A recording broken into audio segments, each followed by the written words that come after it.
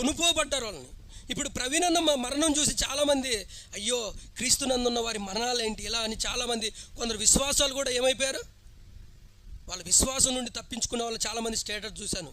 మేము దేవుని పైన అలిగాము, దేవుడు అంటే మాకు ఇష్టం లేదని కొందరు స్టేటస్లు పెడితే మేము చూసాం. అది దౌర్భాగ్యపు మతిస్థీమతన, విశ్వాసం సరిగ్గా లేకపోవడమే. ఇప్పుడు యేసుక్రీస్తు ప్రభువుకు మరణం కూడా ఎలాంటి మరణం?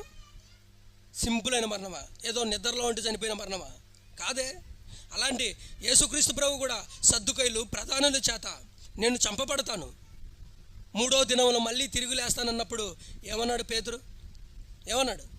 ప్రభువా అది నీకు దూరం అవును కాకంటానే షటప్ పేతురు, నోర్మోయి, సాతానవరా నువ్వు అని అన్నాడు. అంటే నా మరణం అనే దేవుని కార్యాలను నువ్వెవడు అడ్డుపరచడానికి? దేవుని ఉన్నవాడి మరణం ఇలాగే ఉండాలి, అలా ఉండకూడదు, ఇలా ఉండకూడదు అని చెప్పడానికి నువ్వెవరు? అది తప్పు.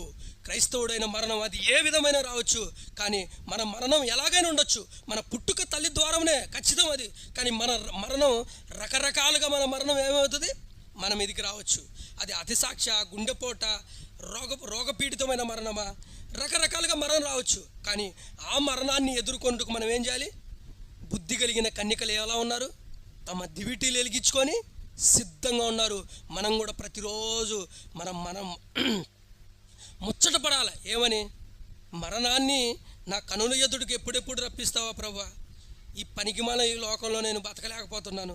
పాపం ఎప్పుడు మన వలన పాపం చేయించి ఈ లోకం చేత మళ్ళీ పాతాళానికి పట్టుకుపోతుందో. కానీ నాకేం కావాలి? ఆ మరణదండన త్వరగా, ఆ మరణదండన వచ్చి ఆ మహిమ దండలోకి నన్ను ఎప్పుడు తీసుకెళ్తావు ప్రభువా?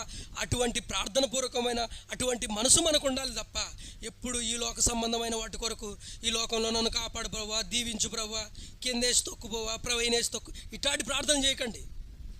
మన మరణము ఎప్పుడు ఆ మరణం కొరకు మనం ఎదురు చూసి, ఒక పెళ్లి కూతురు వరుడు కొరకు ఏ విధంగా అయితే ఎదురు చూస్తుందో, క్రీస్తునందు ఉన్న మన జీవితాలు కూడా ఏం చేయాలి? ప్రభు కొరకు ఎదురు చూడాలి.